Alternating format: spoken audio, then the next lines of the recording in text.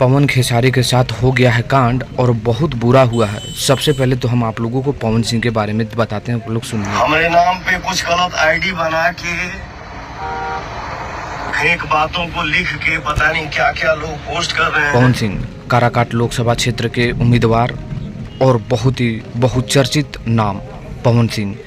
यहाँ 3 लोग काफ़ी चर्चाओं में है, लेकिन उसमें सबसे ज़्यादा नाम पवन सिंह चर्चाओं में है। और इस समय लगातार वोटिंग वहाँ पर हो रहा है और जोरदार तरीके से हो रहा है। और काफ़ी मीडिया पर तो ये है कि जय पवन और तय पवन ही नारा गूंज रहा है।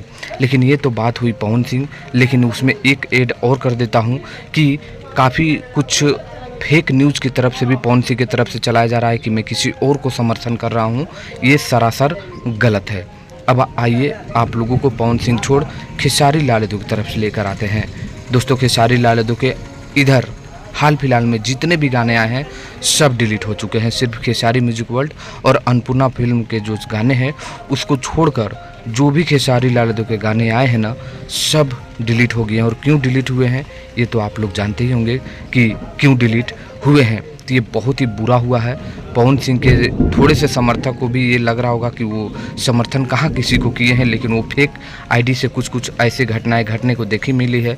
लेकिन खेसारी लाल यादव के साथ भी ऐसा घटना देखने को मिली।